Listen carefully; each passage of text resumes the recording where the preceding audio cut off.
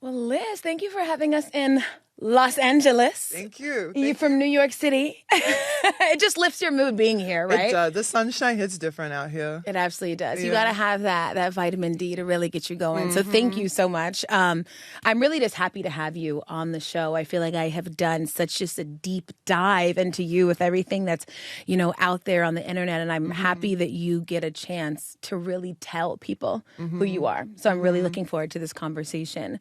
I know that about a year ago this month, is when you announced that you were going to take a bit of a hiatus. And this is the first kind of no limits conversation that you're having. Why is this the time that you want to speak? I'm ready. It's been a long year of reflecting and growth and healing. I'm sick of being in abusive, disrespectful situations, change rooms, locker rooms, teams. Been focusing on me, eat, pray, love, and I'm finally in a place where I'm ready to talk about it. Good. Yeah. Okay, so we will touch on all of that, but you mentioned healing and growth, and I know that in that initial Instagram post, you said that's what you wanted to focus on. When you wrote that post, where were you at mentally? Probably rock bottom. I feel like to quit in the middle of a season and walk away from a team, like it's got to be a bad situation. And I was in a very bad situation. But to grow and heal, you need to be away from toxic situations. You need healthy environments to grow. And I've been surrounded by nothing but love and life since I stepped away from the court. What about that situation made it so toxic? And which situation are you referring to? Well, I think the Sparks was really just like a nail in the coffin. I joke with my friends that a Hollywood lie, I came to LA, finally moved out to LA on a Hollywood lie. Like a lot of lost souls in Los Angeles. I'm just another lost soul in these streets. No, but I came here with hopes and dreams of being the best and taking LA to somewhere magical where it used to be, back in Lisa Leslie's day. Back when Candace was here, that's what I grew up watching. That's where I always wanted to be at. When I got drafted, I wanted to be playing here with Candace. That was always my dream. But, I kept LA as the pinnacle of my dream, even though a lot of people warned me about playing for that club. And, I got to witness it all firsthand. The lies I was told, and I'm so happy I have witnesses to everything I've been through. Dinners at Catch, with GMs and ownership telling me they were going to get me a G-Wagon. And ownership told you they were going to get you a G-Wagon if you came to the Sparks. We'll sell you with any car you want. I'm talking G-Wagons. She said, maybe we'll get you a GLE. We're going to help you extra, paying your rent in Bel Air. We're going to pay off your coaches, your medical stuff. Did any of that happen? No. So you brought me here on lies. I'm dealing with, a lot of disrespect, a lot of turbulent players in the change room, the locker rooms. I'm telling the GM, I'm telling coaches, I'm telling the ownership what's going on. No one cares. No one cares. So I'm not the type of girl that's going to sit in a disrespectful anything. Relationship, workspace, anything. I'm going to leave. There's one thing I'm going to do. I'm going to leave if I'm uncomfortable, and that's what I did. You're not paying me enough to put up with this. You haven't from the start. Well, I was 19 when I got drafted to the WNBA. I played 6 seasons. I'm 32 this year. I've just never found a situation that I feel comfortable in, that I feel secure in, and that I feel protected in. And as a woman, I need to feel all these things to be the best I can be. So let's zoom out from that a little bit and unpack. There was a lot of stuff there. But I want the viewers to really understand the path that you have taken in the WNBA. So give an overview of your path, starting from that 2011 WNBA draft. Little 19-year-old Lizzie. I had no idea what I was getting myself into.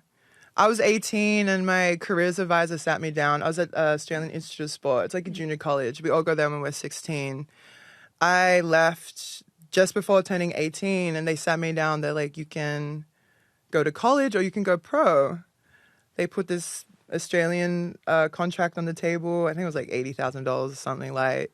I was like, bet. I'm not even 18 yet. I'm like, bet. Let me take that money. So I'm already making money at 17. They're like, okay, now the WNBA is interested in you. You'll go into the draft. I was like, cool. Minnesota had number 1 pick Maya Moore. Mind you, I didn't even know who Maya Moore was. I don't know. I didn't grow up watching college. I've just gotten into March Madness. I'm so obsessed with college now. Yeah. I'm like, is there any way I can go back and play in college? Do you have any eligibility? Yeah. Dude, I know I've been a pro for 15 years, but is there any way I can run it back and get a little college education and hoop with these girls? Because they're so fun. Absolutely. And they're so lovely. And I love those girls so much. And I would protect them at any cost. But I didn't know anything. I didn't know ball. I just hooped when I was a kid. I was just tall as shit. Got thrown into the ranks, you know? Yeah. It was really good. Picked the game up really good. No one could stop me. Still, no one can stop me. Mm-hmm. No one can stop me. And you can go ahead. You're going to have to send a triple team, double team, one-on-one. No other female can stop me. Mm-hmm. And that's on period. Say it. I believe it. I'm saying it, girl. I believe it every day. I know it. And you're saying you knew that even 17, 18, before you were I didn't know it then. Okay. I really didn't believe it until I broke the record. Okay. I really didn't like step into my own truth and own who I am until I broke the record. But yeah, it's been a journey. Like there's been so much, and that's why taking some time away and really reflecting, I started writing my book. Like no matter what I've been through, my mother was always like, just save it for the book. A lot of things that happened to me, I haven't been vocal about because save it for the book. Yeah, that gets ready, gets stockpiled. Save it for the bestseller, girl. So for the draft, Minnesota had the pick. Yes, sorry. Maya Moore. It's okay. Yes. We're back. Maya Moore. Maya Moore, of course, number Mm-hmm. 1. Honestly, one of the greatest that I've watched play, male, female, one of the greatest. Maya in China, a whole different Maya. But she told me who she was, like, real quick. Yeah. Real quick. And she's really one of the goats of the game. But yeah, my number 1, I ended up going to Tulsa, Oklahoma. I said publicly, don't take me. Don't take me to Tulsa, Oklahoma. No shade to Tulsa, Oklahoma, but I was 19 years old from Melbourne, Australia. Like little brat from like one of the coolest cities in the world. And you send me to Tulsa, Oklahoma, when all I want to do is play in LA and be an LA girl. But I'm also so thankful that I wasn't 19 years old in LA. Yeah. And I didn't get here. There's a lot to get into. I didn't get here till I was 30. I wasn't living out here till I was like 28, 30. So that was God protecting me in a way. Yeah. But yeah, Tulsa, Oklahoma, cried every day. We won 3 games for the season. It was one of the most rock bottom times of my life. Yeah. Didn't have much support. Like a 19-year-old girl on a team, I didn't have any vets looking out for me, after me. Because, I don't know, in professional sport, you do have to look after yourself. I get that. But when you put a 19-year-old into a situation like that, you need some support around that. You want the foundation. Yeah. Yeah. And I don't feel like I was asking too much. Like I said, I wanted to be in LA because it's easier for my family. It's a 15-hour flight, Melbourne, LA. I don't want them to have to go another 4 hours to get to Oklahoma and then get to Tulsa. So everything I've wanted to do, my family's been at the forefront of my mind. I never played in Europe because it's so far away from my family in Australia. So I always played in China. Made all my money hooping in China. Miss China. That's why I'm not hooping right now, is because China isn't open. A lot of people are like, why aren't you in the WNBA? La, la, la, la, la, because it doesn't pay me. But if China opens up again, please open up again. I will be there. That's where I want to be. So when you went to Tulsa and then you left for 5 years or so, and that's when you were playing overseas, but also back and forth. So WNBA is on during the summertime. And if you're not in the WNBA, usually you're doing national team training or you're just enjoying summer. Like I do. I just enjoying my summer times. But in the time where you were in between Tulsa and then the year before when they were in Dallas, what were you doing in that time? Enjoying my summers. Enjoying summers. If it wasn't summertime, I'd be in China in the winter. Okay. And I think there was a couple of Australian seasons in there as well. Okay. So then you come back to the States. They're Dallas Wings. Well, actually, I had a year off as well. Okay. 2017, I did a big like Euro trip, did Burning Man. All the fun things. It was just like being 25 years old. And it was interesting. Before I took that year off, an old Australian coach pulled me to the side. And he was like, "You'll never come back for this. You can't take a year off. You'll never come back from this." Baby, I came back, I broke records. After a year and a half off. I feel like a lot of people don't realize that just putting something down, you could be writing your book, you could be painting a picture, you could be trying to make a song. If you get to a mental block and you just walk away, refresh your mind, take a breather and come back to it, you'll come back better. You'll come back with a bigger hunger, more inspiration. And that's what happened to me. Every time I take a break away from the game, I'm still working on my craft. I'm still with Chris and the guys in the valley 2-3 times a week, getting my ass kicked by 7-foot men. Like, but I love that. I don't get that playing with the girls. I don't get pushed around. I don't get to throw my weight like that, like I do with grown men. And I think that's truly why I'm so happy just training with guys in the summertime and not even in the league, because I don't have to shrink myself for them, you know? I get to be everything I am on court when I'm playing with guys. I even train with a 7 now. I don't even play with a 6. I train with a men's ball. Shoot better with a men's ball as well. Yeah. I don't even know what I was talking about. It's what I mean. I go off, girl. Well, not to interrupt you, but it seems like, and correct me if I'm wrong, there has been this kind of thread in your life where maybe somebody has said you are one thing or aren't one thing. You've maybe internalized it in some way. And you look to either prove them wrong, prove yourself right, whatever the case may be. But you have you've named a few instances where a person kind of served as motivation for you. Would you say that that's accurate? I don't even think that was motivation. Like, him saying that, I was just like, you're an old man. Like, what, like you're literally so old. Like, what are you even saying to me? Like, I'm a bounce back and better than ever. It wasn't even something that was like even on my mind like that until I did break the record. I was just like, that's just God shutting everyone else up for me. Like, my whole life has just been people talking about me. When every time I haven't wanted to play in the WNBA, there's been rumors about where I am, what I'm doing, this and that, because I don't let people know where I'm at. I don't want people to know what I'm doing. Like, my life is so private. No, you couldn't name one person I've ever dated. And that's for a reason. I don't want people to know my true life. And I really, like, people like, she's disappeared, she's gone, la, la, la. I'm living. I just don't show people what I'm doing. Because I feel like when you show people how great everything truly is, they want to take it away. They want to put shit on it. They evil eye. I've had a lot of evil eyes taken off me. And I'm just in a place where I'm like, you know what? It's better for me to just not even tell y'all what I'm up to, where I'm at, what I'm doing. And you just don't know. So with that being said, with you saying you're private and you're very intentionally trying to not show people what you're doing, what do you feel is the perception of you? I don't really know. I think people think I'm this troublemaker. I've got ESPN reporters saying on air that I'm toxic. I wish someone would tell me why. You know, I left that Vegas team after the first game of that season. I asked for a trade, mind you. Had teammates, families, and friends bullying me, bullying my friends on Twitter. We have it all saved. We have it all screenshot. You try to delete it all. We still got it. It's okay. You're saying you were being bullied by Ace's teammates. But I leave that organization and I keep my mouth closed. Like I said, I don't need to talk badly about things. I just move on. It's like a bad breakup. I'm not going to talk about my ex. I'm going to look forward.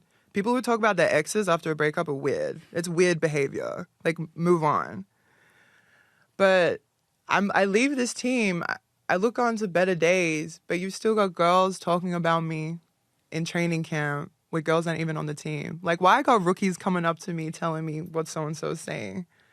Like, why am my old Aces teammates texting LA teammates about me? But you girls never said anything to me while I was there, but you want to call me toxic. These are the girls I was reporting for kicking my shit in locker rooms, and I'm toxic.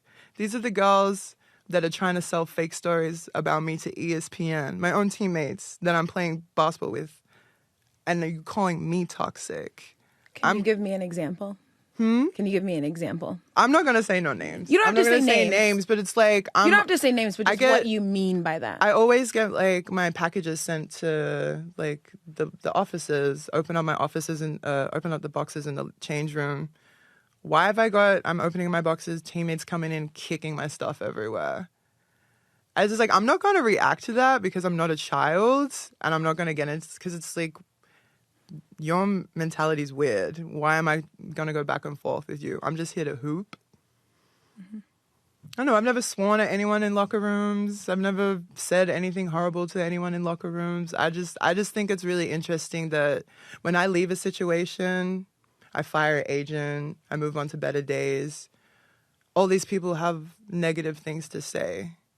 It's very much to me, it's like, you can't control me. You can't control my image. So you try to put shit on it. You try to talk down on me. Well, I move on and I grow, and people just stick around talking about me. I don't really understand it.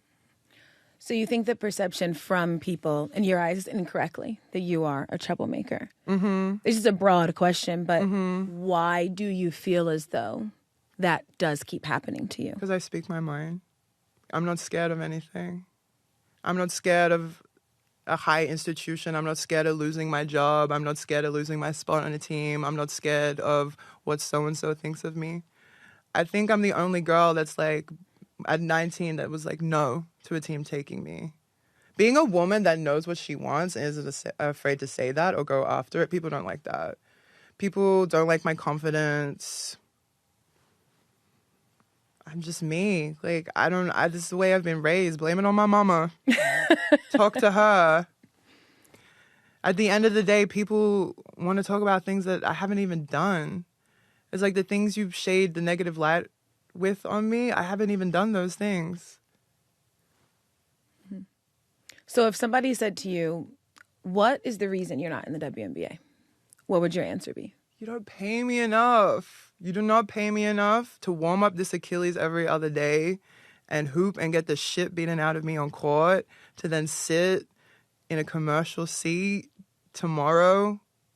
I'm 6'9", bro. I do not belong in an exit row. I fly myself business. Anywhere I go is business, premium economy. I have not seen the back of a plane unless I'm in the WNBA. It's the only time I see it. And I'm not upgrading my own seat to get to work. Y'all should be paying that. Mm-hmm. I'm 6'9", 245, and you got me uncomfortable. Then to play a game, run around every other day.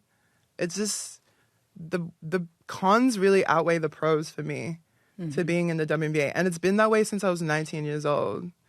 I did the maths the other day, and for the 6 seasons I played in the WNBA, I think it came to $900K before tax. That was my last Chinese contract for 1 season. And that's what you got for 6 in the W. What does that make you feel about your value here? Very low. I don't think there's a more depressing time than when like June, July comes around and those NBA guys are signing their contracts. Like, I love that for them. It's amazing for them. But as a woman, knowing that my max here is $200K and that's the ceiling. That is the glass roof. That's the ceiling. You can't go through that. I can't even do extra work as well. Like, when I was playing for Vegas, I couldn't DJ in Vegas because MGM owned all of the strip, owned the team, and that's against the CBA. And so that's my issue. People are like, oh, you hate Becky Hammon for making $1 million. That is not what I said. That is not what I said. I think every woman in the whole world deserves $1 million. You deserve $1 million. You deserve $1 million. We all, girl, we go through it. We all deserve our coin. But when you have a coach that is making, I think a whole team's salary cap is 1.3 for a whole team. Your max player is on 200. The coach is making 5 times the max player. Like, I'm sorry, that math is so disrespectful to me. And it's not taking away from a coach making $1 million. It's the CBA and the limitations of the players making more money. That's my issue, is the CBA. And it has been from day one. I don't understand the media constantly trying to twist the things I say into a negative way when all I want is better for women? I really don't understand it. So you're saying your issue is more so about the dispersal of this money. Why is only one type of person getting this $1 million? How can we make the playing field level for everybody involved? And you feel like that message has been lost in translation for you? It's been so lost when it was just literally one tweet. I don't understand how one tweet that literally said the WNBA, where a coach can make $1 million and players is like 200. I think that was the tweet. But people take that and just like manipulate it. I just don't understand it. I don't understand. I miss the days when like journalists really went after the truth, or like actually wrote a story and like interviewed people. When I went and hooped in Israel this year, it was really funny. I saw a Daily Mail. I saw a Daily Mail article about me going to hoop in Israel, saying, "Oh, it's the end of Liz's career. This is her falling out, la, la, la, la." I was like the biggest sign that Israel has ever seen. Yeah. And I did that just from a coach calling me and filling in for Kalani Brown. If it wasn't Kalani Brown injured, I would not have gone. But I wanted to like help that girl out and keep the team happy. And it was like the best time of my life. I made friends forever. I had the best time in Ashdod. Shout out Maccabi Ashdod, because that was one of the best situations I've ever hooped in. But this journalist wanted to make it the most, disrespectful, end of her days, blah, blah, blah type article. I look her up. This is what I do. You want to write something bad about me, you comment crazy things about me, I'll go on your profile. I'll look you up, check out your LinkedIn, find your Facebook. It's just my thing, I just get a little kick out of it. And I see how you're living. And I see how sad that is.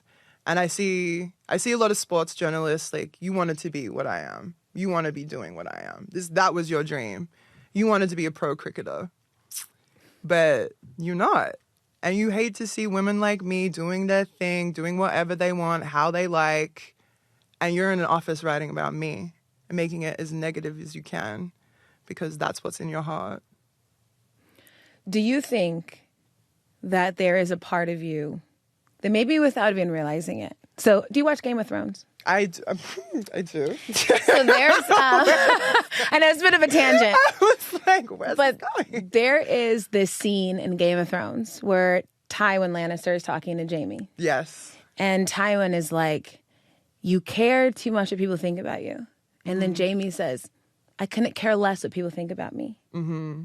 And then Tywin goes, I think that's what you want people to think about you. Mm. Do you think you really are okay with what people think of you in a vacuum? I'm only asking you because it feels like what you're explaining as somebody who is internalizing what people are saying in some way, which I think is natural. I think every human being says they don't care what people say about them. I do the same thing. But I'm also aware of what they said. But more importantly, I'm aware of how it made me feel. Did it make you feel a way that this journalist said this about you, even though you know it's not true? But I've seen the articles about you. I did extensive research on you, and I'm sure it has to be a lot. That there are so many people saying things about you, and you saying so much of it isn't true. There's no way you can just always brush that off. It is frustrating. Like, I've had blogs about me on the internet since I was 15 years old. If I truly cared what people said about me, I'd be dead by now. Like, I've lost friends to suicide due to the Australian media.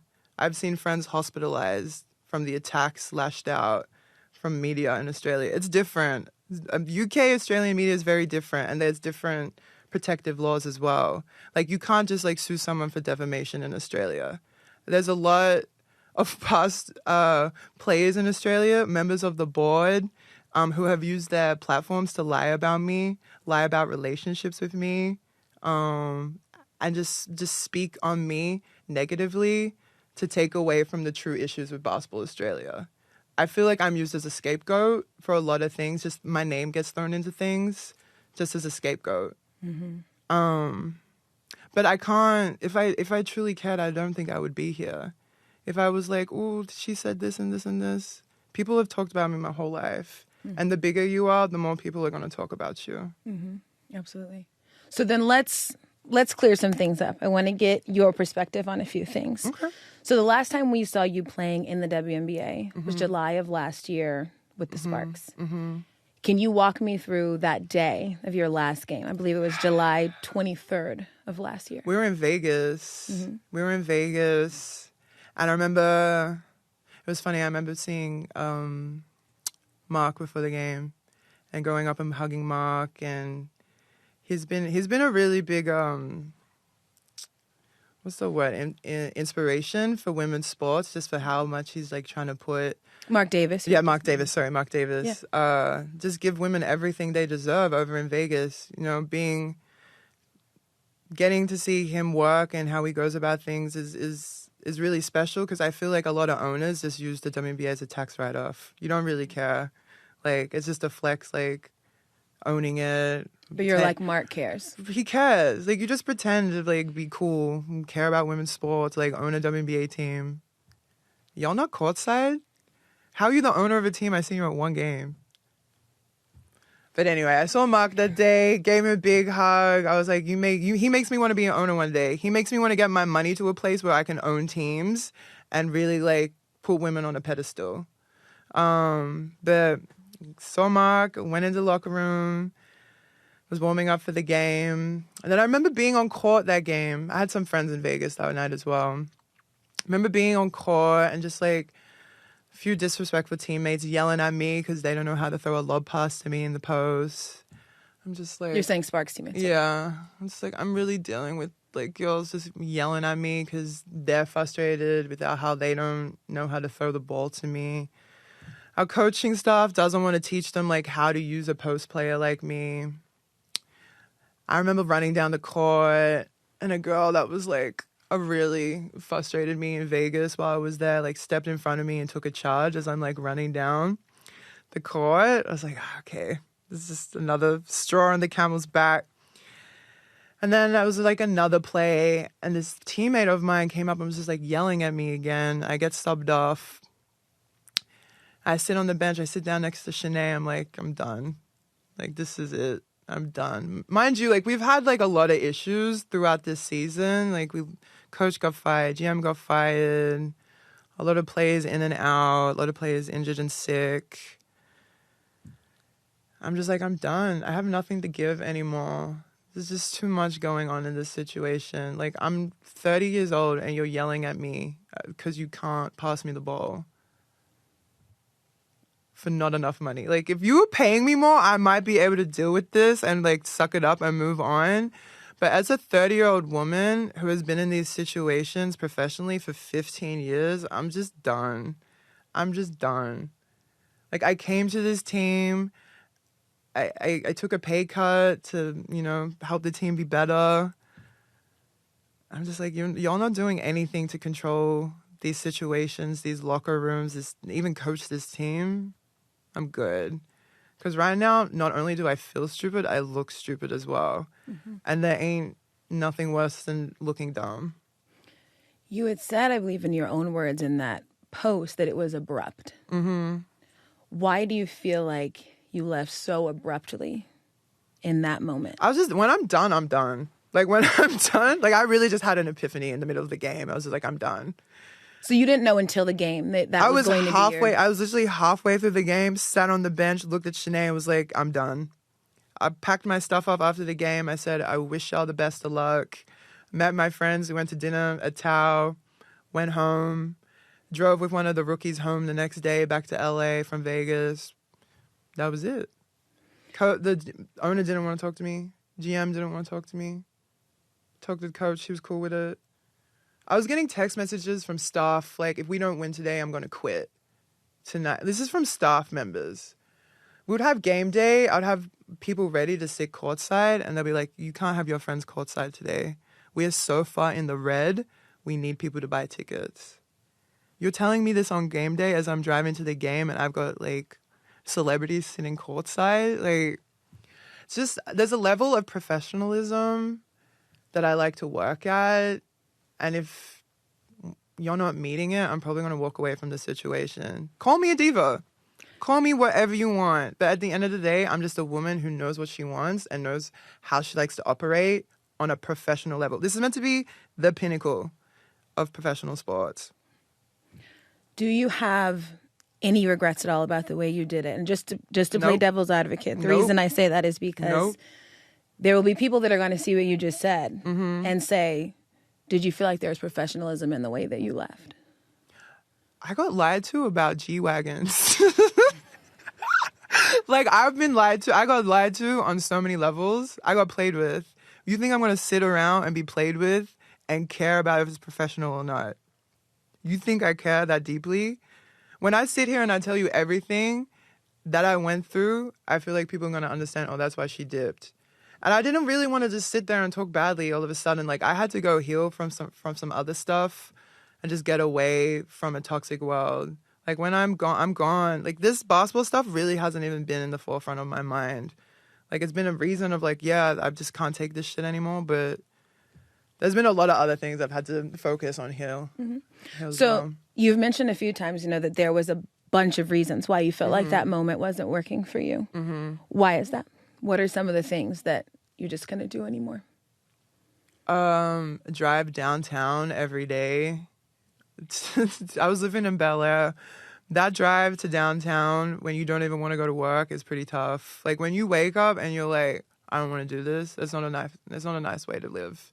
When you're living and you're really unhappy with what you're doing, like, that really affects my mental health. And me protecting my mental health will always be number one, because I've been dragged through these situations and made to feel like shit from a young age. I'm just trying to think what else was happening when I was there, because there's a lot. There's really a lot. But the lying, just like, don't lie to me. Don't lie to me. Have you gotten a chance to tell those people that you feel lied to you, how you feel about how it those went people down? haven't spoken to me. They wouldn't even speak to me when I wanted to quit. What would you say if you could talk to them? I don't really have anything to say. I don't expect an apology. I don't expect apologies from anyone that's spoken badly about me or done wrong to me. I just move away from it. I don't need you. Like, if you treat me badly, you show me those true colors, like, I don't really want an apology or to be your friend or to carry on working with you. It's just like, you've shown me who you are. I know this already. How much of a role in that game, your last game with the Sparks, how much of a role did it play that it was against your former team? I think just being in Vegas, I was very triggered. Just like that a lot of stuff happened in that city. Even the year before. It was a year before since the Australian national team stuff where I got assaulted. It's like, no one talks about that. People want to talk about things that didn't even happen within that scrimmage. But no one wants to talk about the reasons of why I didn't play, why I didn't want to play that game, and why I ended up assaulted and not playing the All-Star game the next day because I had concussion. Oh, don't worry. I'll let you talk about Nigeria when it gets there. I got you. No one wants to talk about that. No one wants to talk about the truth. And a lot of the truth I haven't been ready to speak on. Like, I've really been abused and assaulted in this world of basketball and not protected. And I've had to get to a place where I'm ready to speak on it. That is a word that I have heard you say a lot as I'm reading things about you, that there have been moments that you have felt unsafe or unsupported. When is a time that you did feel safe and supported in the W?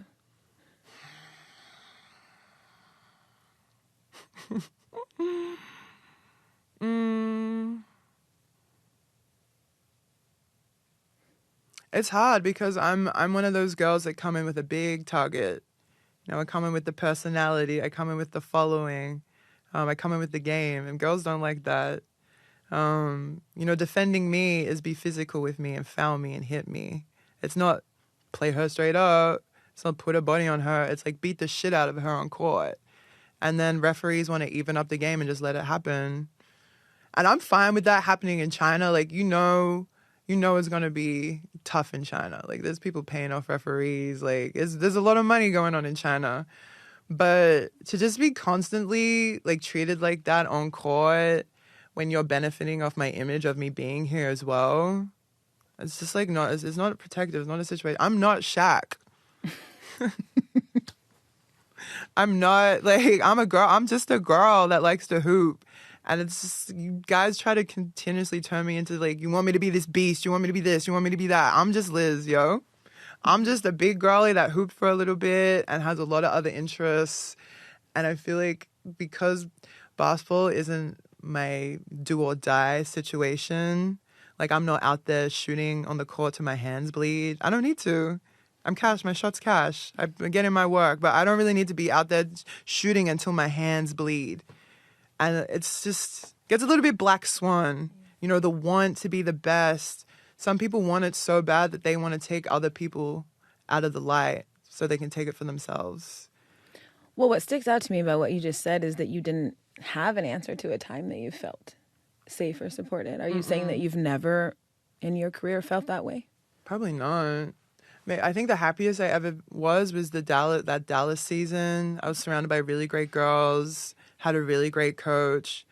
But even in that situation, did not trust the GM owner, still don't. Shady things happened the way Fred was fired that season. I was brought back to that team with the promise that if I didn't enjoy the season, I would be traded.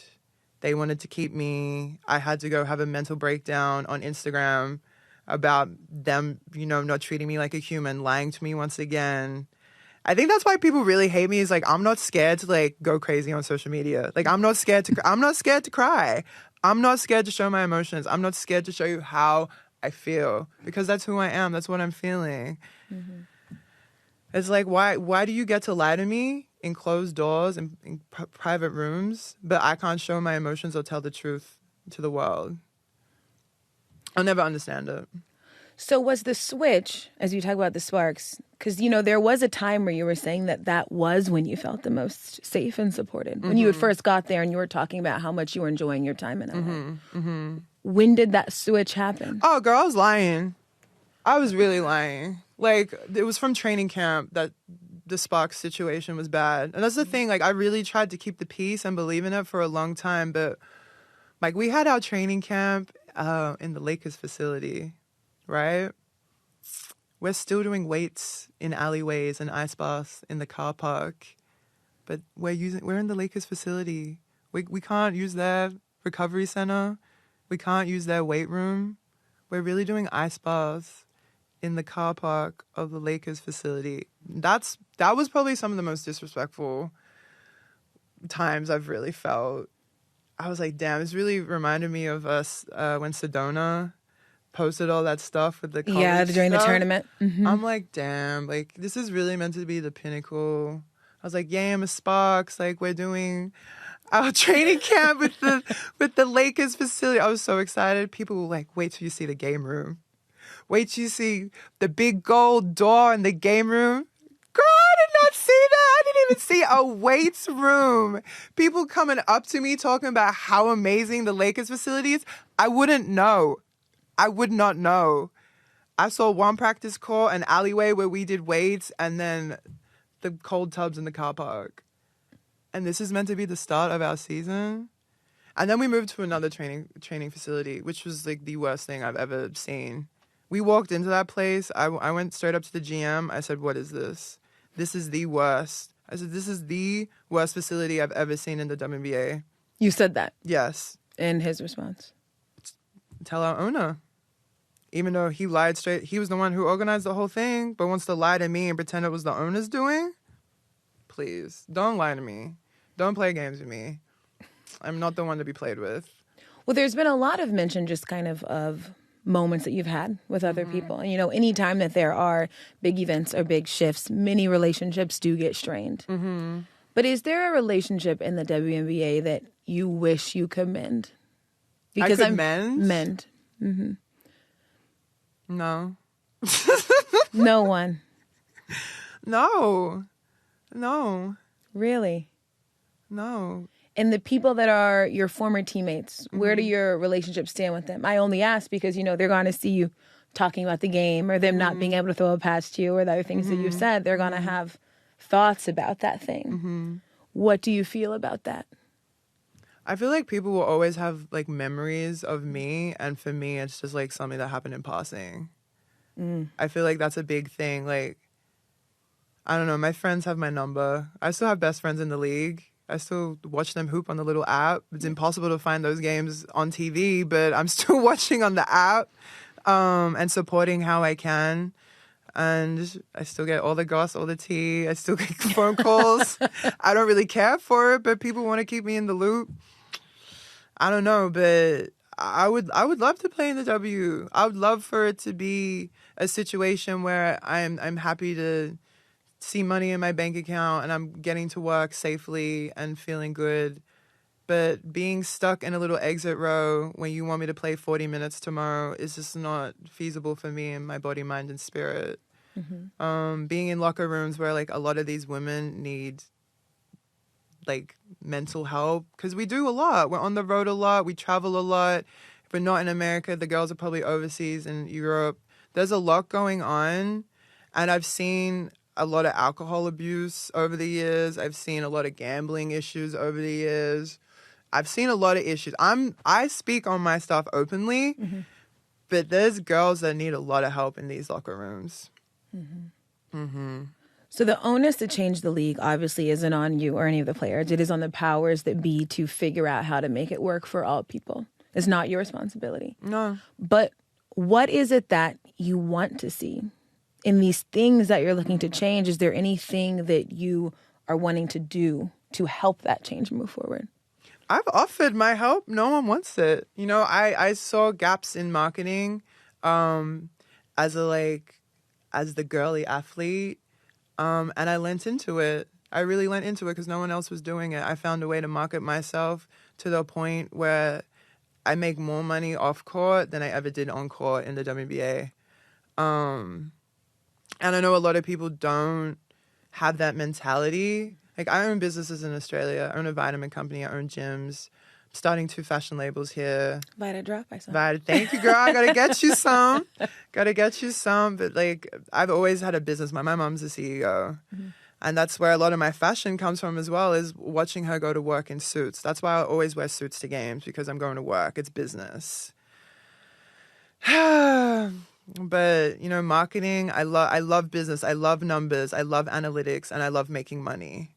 You know, I've helped a lot of the girls with their marketing stuff as well, and given them, you know, help with what they need. If it's styling, if it's trying to find a new agent, manager, if they should stay in college or if they should go to the WNBA. Like, I'm always there to help, but I just don't think people really want to listen to me because I've just like said too much already. Like, why would you want to go get help from the girl that's already said so much shit about y'all? And it's not like... But, I mean, that's the thing, really, though. What do you feel is the answer to that? Because that's a fair... I don't feel like I'm talking shit. I've just been open and honest. And I feel like people take that negatively. Like, I don't want to talk shit about it. It's just like, you don't pay me enough. Like, $40,000 as a rookie for a whole summer is not enough. It wasn't enough money for me as a 19-year-old. So I left the WNBA for 4 years. Came back, played a couple of seasons, gone again. Like, that's how I operate. I'm to and I'm from, and I don't think people don't like that I'm a little bit of free spirit. If this isn't serving me, I'll go to like this. I'll go focus on this. If that's done, I'll go focus on something else. I'm so ADD. I have so many interests. I have so many passions that if one thing isn't feeding me, I'm just focusing on the other thing. Yeah, but I mean... Going off of that, the ordeal with the Sparks, that was the 3rd time that you were able to force your way out of a team. And I'm sure some people see that and they think that that is a Liz pattern. Do you know how many people, like, the team, like, I know girls that have played on every team. Like, moving around in the WNBA, in the NBA, it isn't rare. Like, look at KD. How many teams KD been on? Look at any player. How many teams have been on? Candace, she's just been on 3. And she spent like her whole life in LA. I've seen girls that have been on 5 different teams. People get tossed around in the WNBA. I feel like I'm the only person that's like, no, I don't want to go there. No, I don't want to go there. Yes, I do want to go here. I want to get out of here.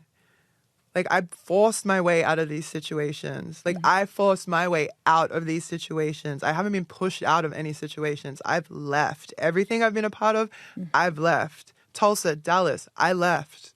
Vegas, I left. Text messages trying to re-sign me, I left. LA, I left in the middle of the season. It's the media's just constant takedown of me. That's so crazy that it's like I've been on 3 teams and that looks negative when it's just literally the normal thing in this career. Do you think, though, when you think about all of this, when you think about what the media is saying, because I do agree, generally, the media, when I say the media, I mean, I'm a part of the media. But you're different. I'm sorry, but you're so different. Like, I feel like you really take the time to, like, interact and get to know the athletes. And when other journalists try to do it, because, like, you see... I'm getting it. I'm going to be like, yeah.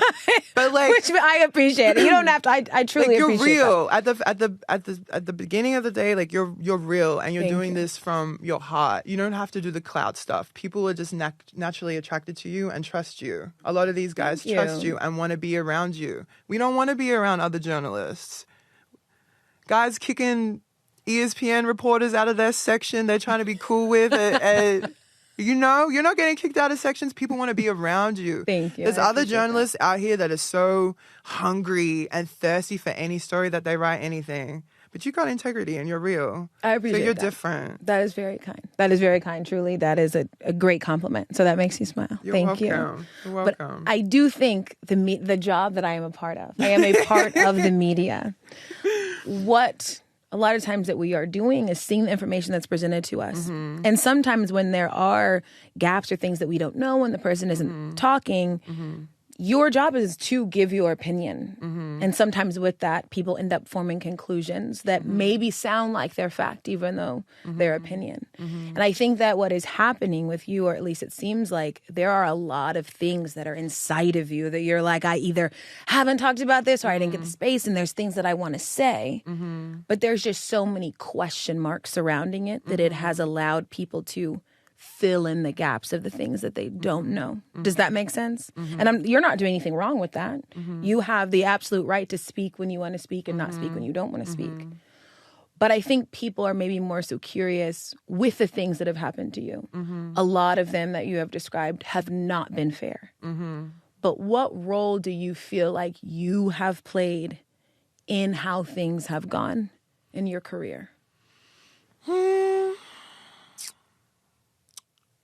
I don't know. I'm just a girl that's been trying to hoop.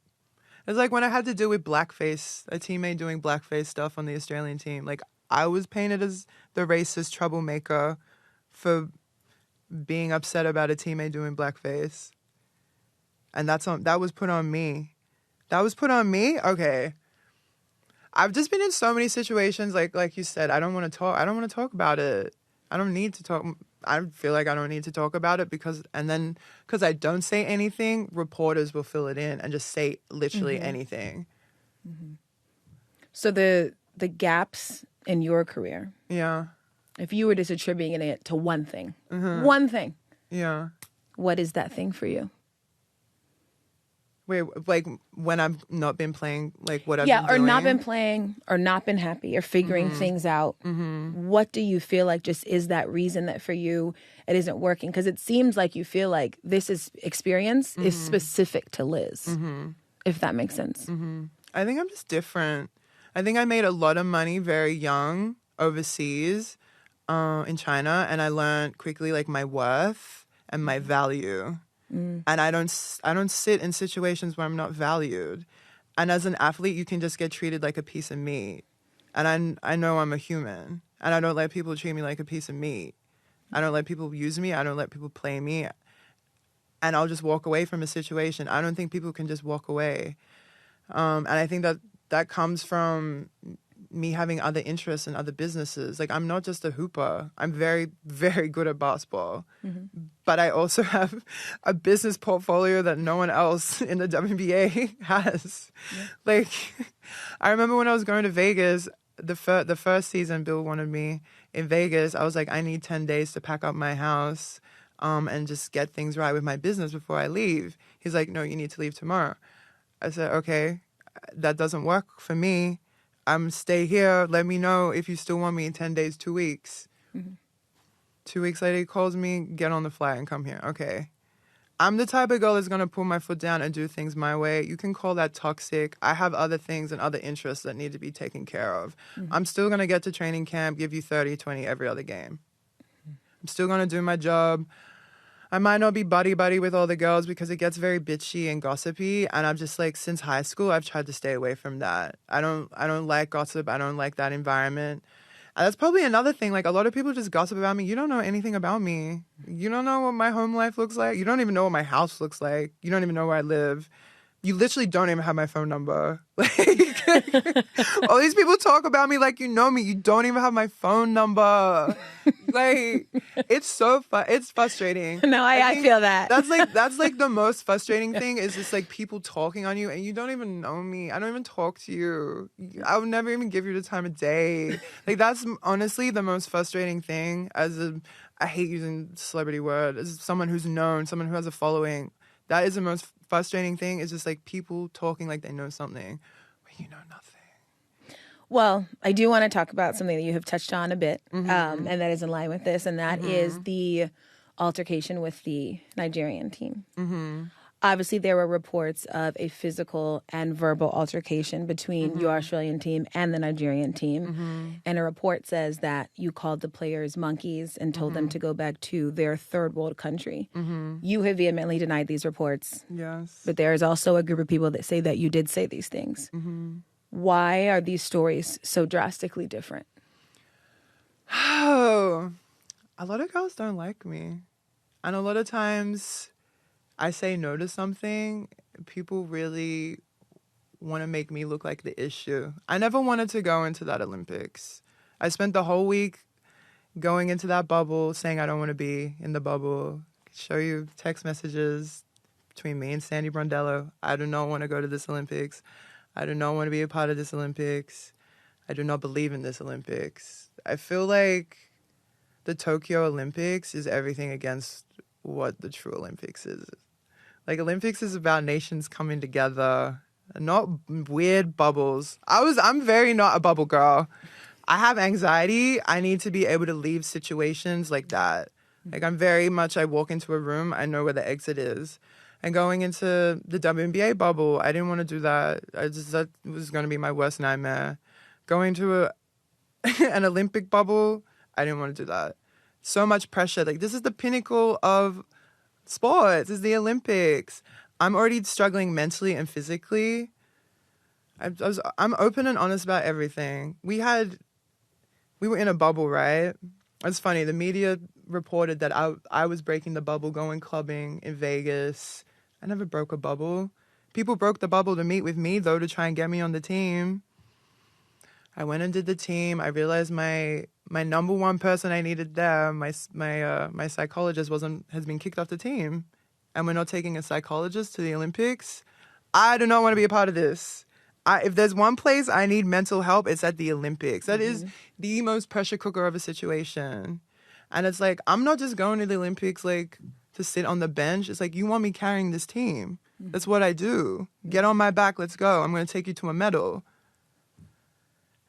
It's like, I'm already coming to the coach and the captain, rock bottom, dealing with like relationship drama, dealing with like Vegas drama, dealing with like all-star team drama. You couldn't name a woman that was on 3 different teams a week leading into the Olympics. I was on the all-star team. I was on the Olympic team. I was on the Vegas team. I had to tell Vegas I was missing games to go join this bubble. I go into the bubble. Our head coach isn't even there. Our head coach is still coaching the WNBA, and you've got me in this bubble? Okay, I'm talking with the doctors. My Achilles is messed up. They put me on steroids straight away. I'm already like using Valium to get through the day. I'm so stressed about life. I just knew that a situation like the Olympics was not it for me that year. So I've already gone into this situation vulnerable, being open and honest about everything going on in my life. Like, girls on that team knew, outside of basketball, what I was going through. And I think it's really sick and twisted that because I didn't want to be a part of the Olympics, and it's another thing I can walk away from, but y'all need me there.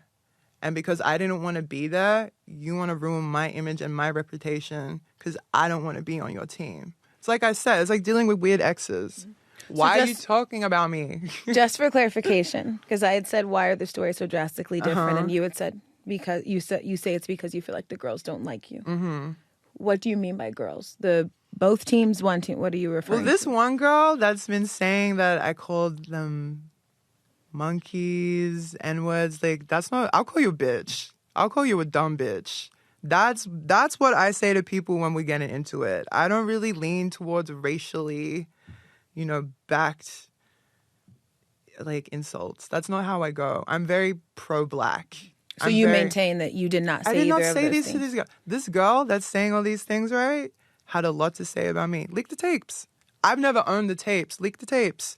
Y'all want to see the truth? Leak the tapes. Everyone in Australia has seen the tape. Still lying about what's on these tapes. Leak the tapes. So I guess that still does, beg the question, because at the end of the day, it is one person saying that you said one thing, one person saying they didn't, and the truth is somewhere in there, and only people that know are the people that were there. Yeah. But I guess it's just why? Why would something as bad as this happen? Because the truth looks a lot worse for other organizations involved than using me as a scapegoat. Like, why does Nigeria want me to leave Australia and go represent them? Why are we about to... You're saying right now? We're filing for me to leave the Australian team so I can represent Nigeria. Because Nigeria would like you to join the team? I've been in cahoots. I've been talking with them since all of this happened. This is what I mean. People don't know. People don't know the truth. No, I honestly haven't had one, like, journalist that's written all these lies, like, actually come to me and want my side of the story. Like, there's a whole tape with the truth out there. I want it out there. Like, put it out there. Put it out there. Let the people see. I don't own it. I've never owned it. I didn't even have it when everything happened. I couldn't even protect myself with it. I had to get lawyers to get a tape with my own assaults on it. So just because of, the nature of people and the nature of the internet, there will be people that watch this and still don't believe the things that you're saying. What would you say to them? But then also, do you understand their hesitancy to accept the words that you're saying right now based on everything else? I understand that, like, people really believe in the media and just believe everything they're shown. And it's like half of this stuff is just, like, controlled lies to benefit the image of others. That's truly what the media is, no? Like, I see so many of these stories. I see the ways that people market themselves. I'm like, that's not who you are. That's not how it goes. And I don't play games. I don't lie. I'm a very honest, truthful person. I have nothing to lie. I sit here today and I'm like, leak the tapes. Do what you want. Because the things that they've shown you is not the truth. I can't, what do you want me to do? I put out a press release saying I didn't say these things. People just want to believe the negative in me. Have you been able to speak to the women that say they were affected by your words? Have there been conversations between? There was no words. But have there been conversations between the person saying there are words? I don't know. When this all happened, a coach tried to be like, you said this. I was like, I didn't say that. I went and apologized to people. I was like, I didn't say these things. I don't know if y'all are deaf. This isn't what I said. I didn't want this Olympics to happen. I think I just, like, been hit and I was on the bench drinking. I was like, we should all go back to our fucking countries. Like, we should all just go home. I didn't say anything third world. I didn't call anyone an animal. I didn't call anyone an Edward. I got attacked on the court so many times. I had this one girl who I found out was in the wedding party of one of these Vegas teammate girls. This is actually the girl that kicked my stuff everywhere. So I'm like, oh, there's a little chain of y'all just not liking me. Called me ugly, called me slow, called me lazy. I think this girl that had all the things to say to me is kind of just, like, projecting lies to the media, and I think that's really coming from a dark place within her. So I'm like, I see how people act. I see how people move. Like, I don't need to talk to you. I see it. You lying, you doing this and that. Like, why would I need a relationship with you? I've struggled a lot with the Australian team. I've said constantly, like, I've dealt with teammates with blackface. I've dealt with coaches lying, coaches pushing other athletes to talk badly about me in the media. There's been a lot. I've lawyered up with the Opals before. Like, this isn't anything new. But for other people, like, this is a big, like me having my name, like, ripped through the media is just another day for me. Well, I was going to say, how do you feel like that report specifically just affected how maybe people view you? that report specifically. It's frustrating. And has that been hard? It is frustrating because I feel like I've used so much of my life to try and push Black women to the front and on a pedestal. Especially growing up in Australia, very whitewashed. I've had to deal with a lot of racism.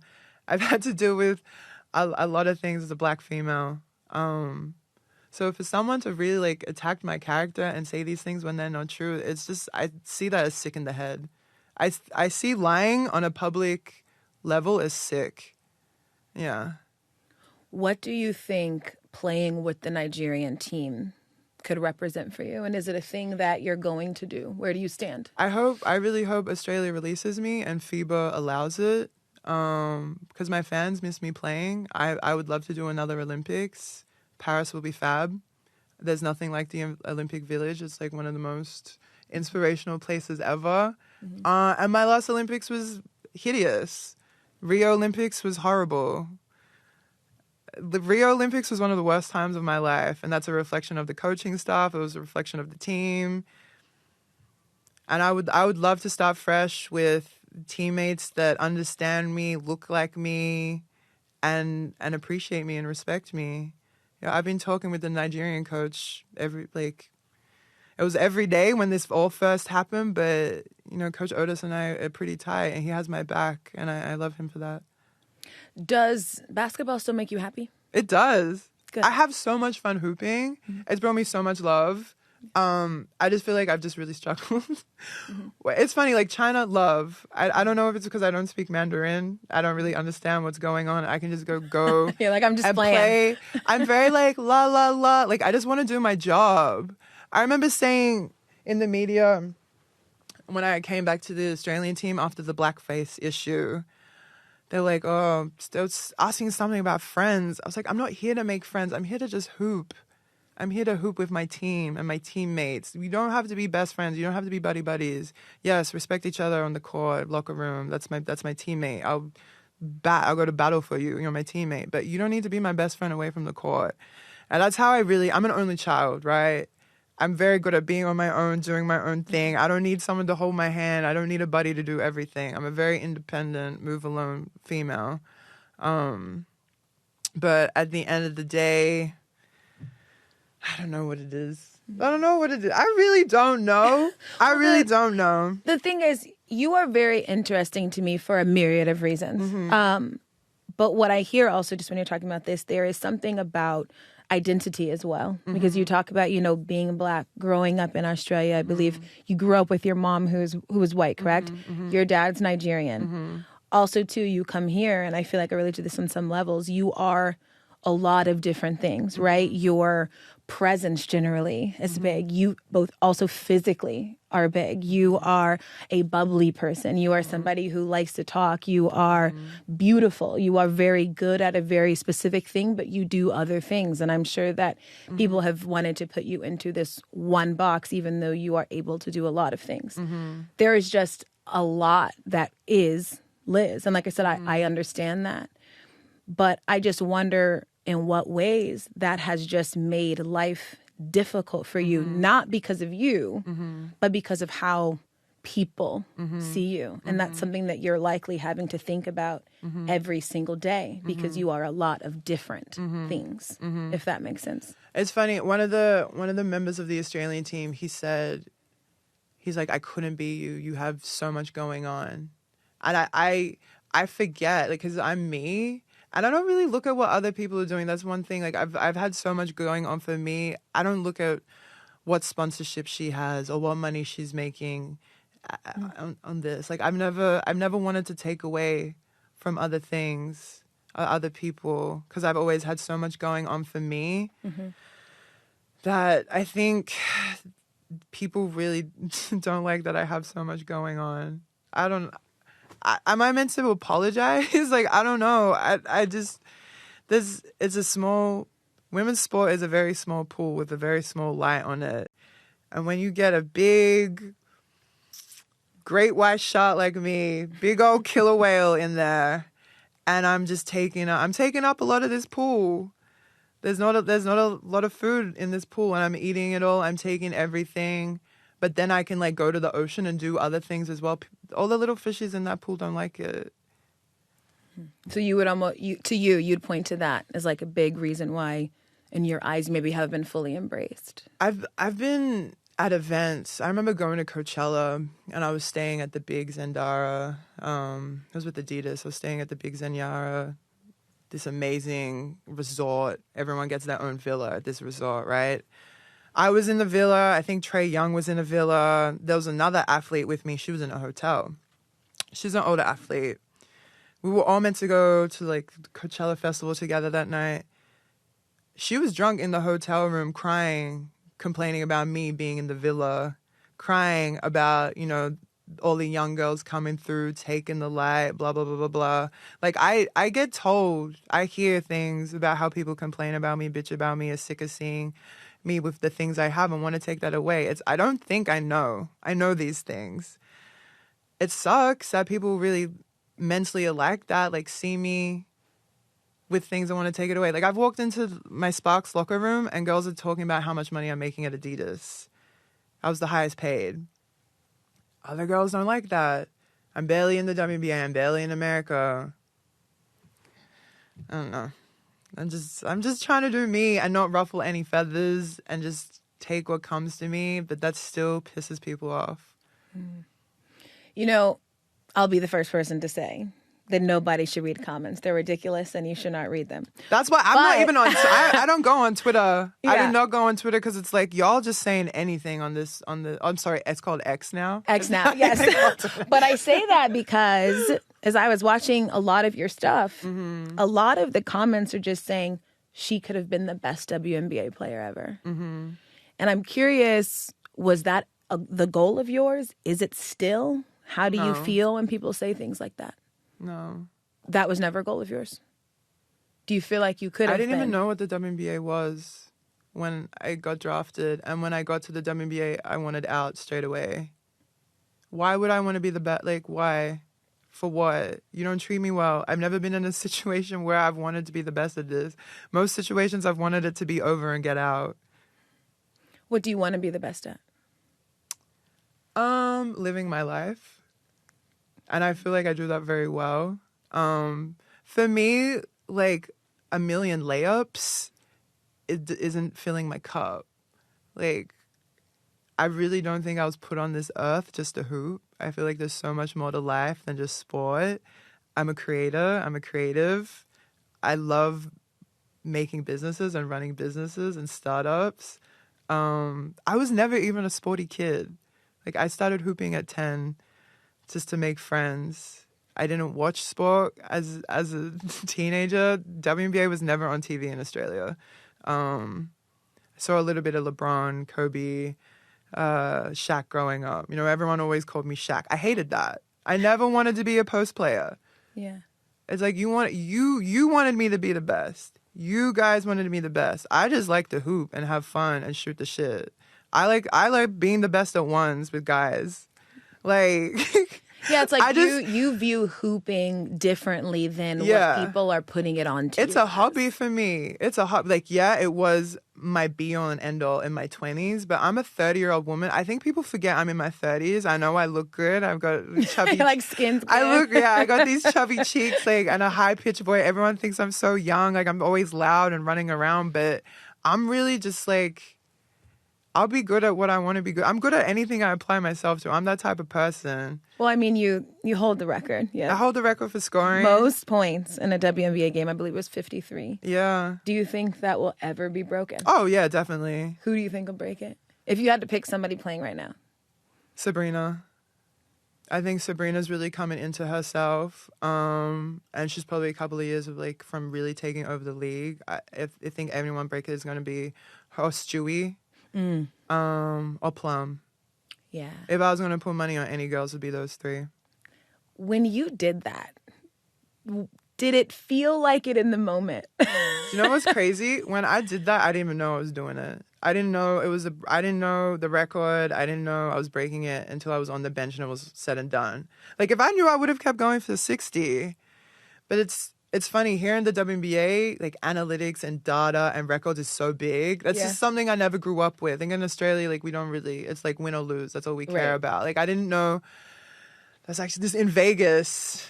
I didn't know there was like records for like 10 plus point games in a row. Oh yeah, like consecutive, yeah. Yeah, but like people are really playing for their records like out here. I've never seen... You know, there was one game, a girl got subbed, and the coach was like, I'm sorry, like, we didn't hit your 10-point record tonight. Like, this is the end of the record. I was like, I didn't really realize, like, that was a thing that's in people's minds when they go out and hoop. Like, the last thing I do is, like, put on my shoes and be like, oh, I'm going to break a record today. I don't know. It's interesting. Yeah, but you did it. Yeah, I did. Like, it's just the thing I do. It's like, when I was the first woman to dunk in the Olympics. Yeah. I didn't go into that dunk being like, ooh, this is I'm going to make history. I didn't even know no one had never dunked. I really thought Lisa Leslie had already done that. Like, I didn't know until it was done. Mm-hmm. This is what I mean. I'm just a girl who hoops. Yeah. I'm just a big-ass girlie who played some basketball and has so many other dreams and aspirations in life. There is so much more than this is basketball court. I mean, I think it is true. You really do love it. I know that you still do the runs in the valley with the guys. I'm still there. I was there yesterday getting dunked on. For what? Because I love it. I love hooping. I love competition. But it's just... Who there has been like a big source of just, you know, support and encouragement, you know, that you're Chris working Johnson, my trainer. He's like big brother, like uncle vibes I never had. He's really taken me under my wing. He's my big protector. And I literally sent him a message yesterday. I was just like, I thank you for all the love and all the light you've brought into my life and all the inspiration, because I get to sit there and watch Jordan Clarkson train. You know, he's my favorite. Yeah. Ain't nobody dresses. I was about to say, I know he was dressed. Bruh. He dresses how he hoops. Yeah. And like all these kids these days, you care too much about what you wear into the game and not about what you like, how you play in.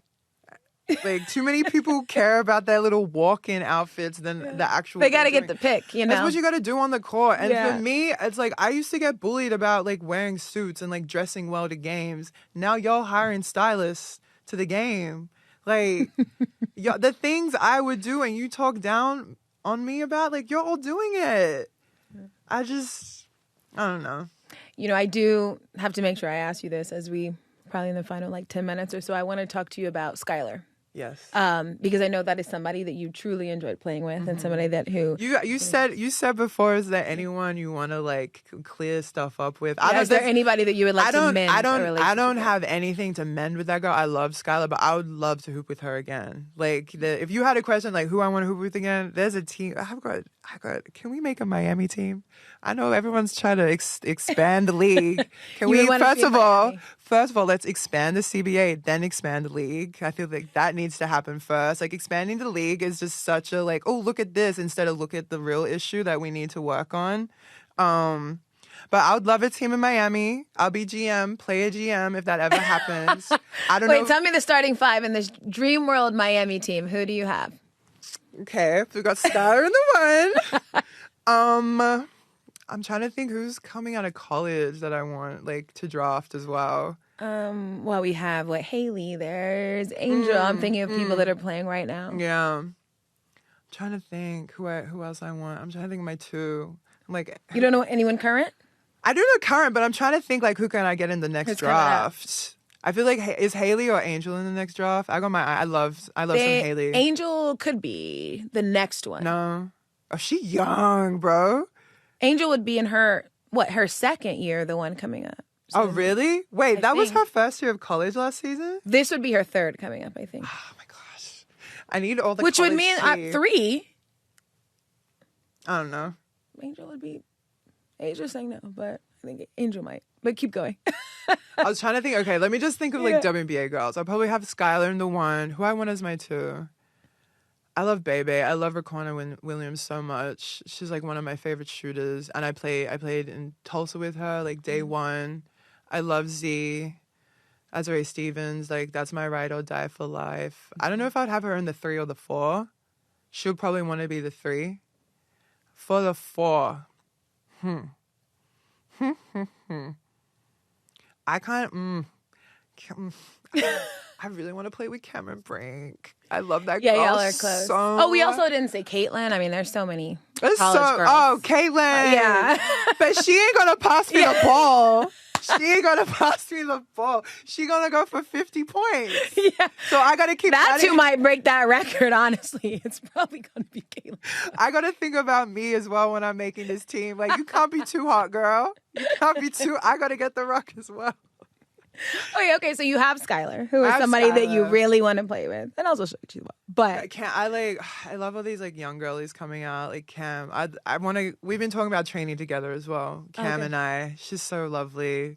I just love lovely girls, and it's like beast mode on the court, and just like you can leave it on the court. You can leave it on the court. People be taking this shit home with them. Leave it on the hardwood, baby. But have you been able to talk to Skylar about everything that's going on? And if not, what would you say? What words would you give her? Probably about to text her after this tonight. I literally caught up on everything on the car on the way here because I'm not on socials like that. I'm days behind the news always.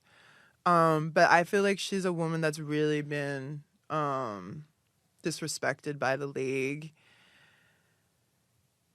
The league and mothers just don't. It's rough. I'm not a mother, not yet. But I just don't see myself like raising a child and being a professional athlete. I saw De'Erica Hamby do it, and I just don't understand how you juggle being a pro athlete and a mother at the same time. Like it's a different level of power. And just like you're looking after these children, and I can't even get myself out of bed after a training session, let alone like get up and feed my baby. Yeah, no, I'm so amazed by Serena. Right? Mm-hmm. So it's like when this is a women's league and you got mothers, like we need to do everything to help them and protect them, raise their children while doing the best they can on the court. Like it's crazy to me. It's so crazy to me.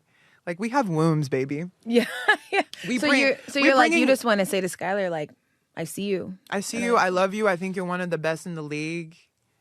You're not only a player, you're a mother, you're a businesswoman, you're amazing. And I've thought that since the day she's been drafted and I got to play with her back in Tulsa, back in Dallas. Like we've been through it together.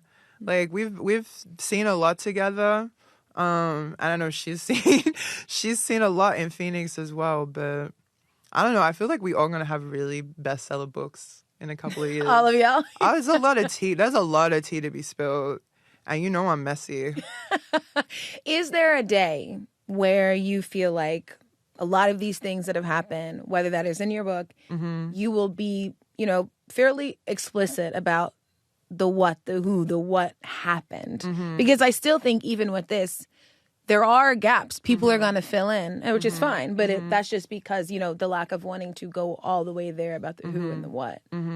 But that will happen even now. Maybe. Like, I've recorded every phone call. I've taken photos of every tweet, every message for, like, the past 10 years of, like, people who have done me dirty.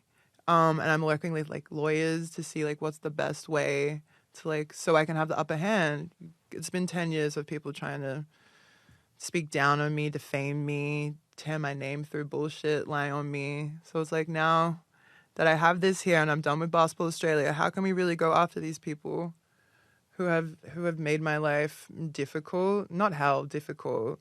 But I'm also really grateful. I'm really grateful for the people who showed me their true colors and showed me their true nature because I don't want anything to do with you. And like my life is so beautiful. My life is so beautiful.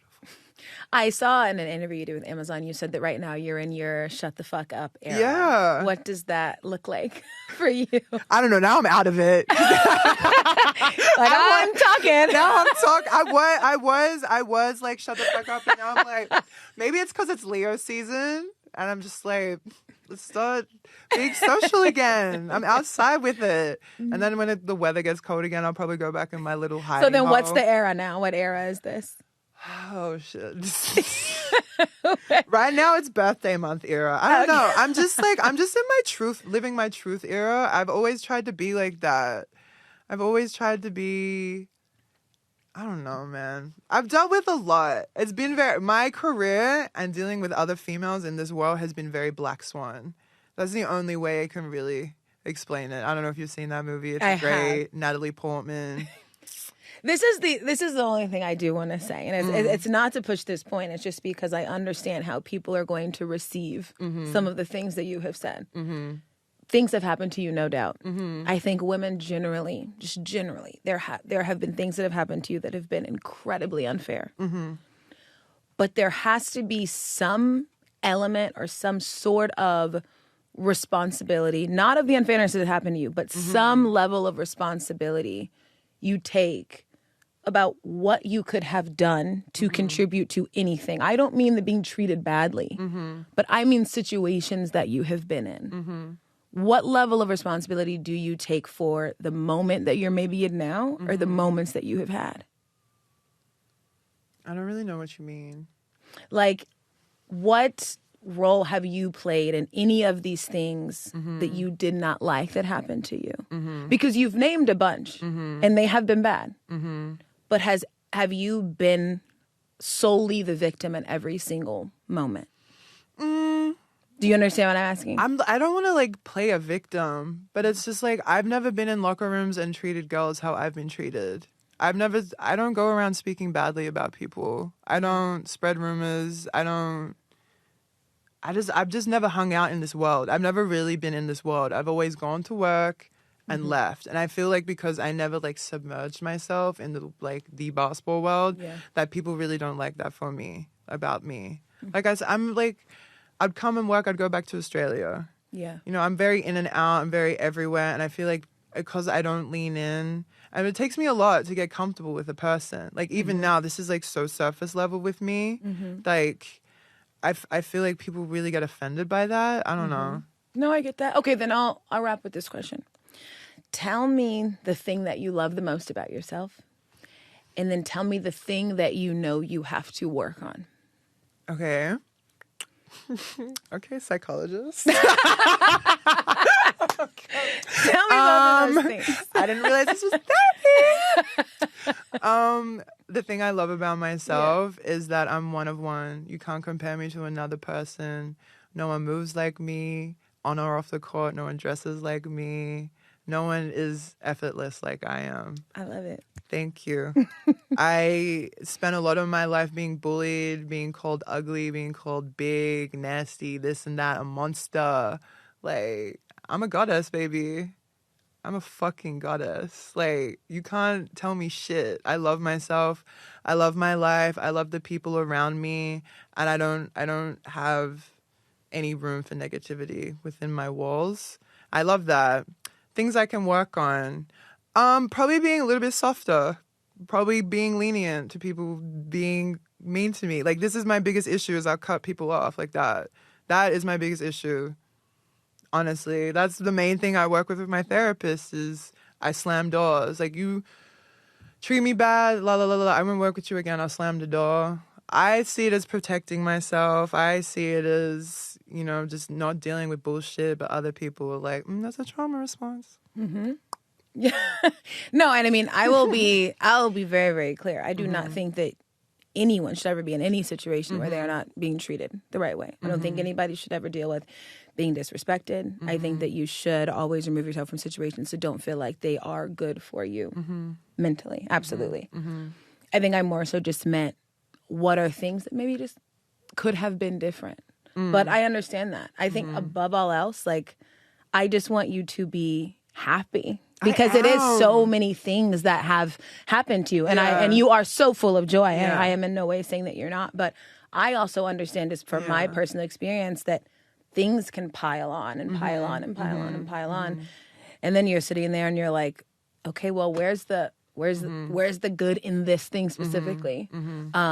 And you have so much joy and you are so much. I just don't want bad things that happen to, you know. This is the thing. Like, I feel like I don't sit around and talk about the bad things because, like, I'm not sitting around thinking about them. Like, bad things happen, I just move on. Like, I've just focused on the future. And, like, my darkest days is, I've spoken about it, 2016. Yeah. I read your Players Tribune article. I wanted to kill myself that whole year.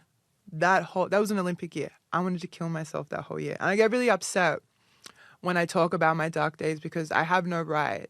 This is how I feel. I have no right in being depressed. I haven't been depressed for a long time, but having bad days, being sad, like bad things happen to me, I feel like I really don't get to sink into it because my life is so amazing. You know what I mean? Yeah. Like I would have guilt for feeling depressed about basketball.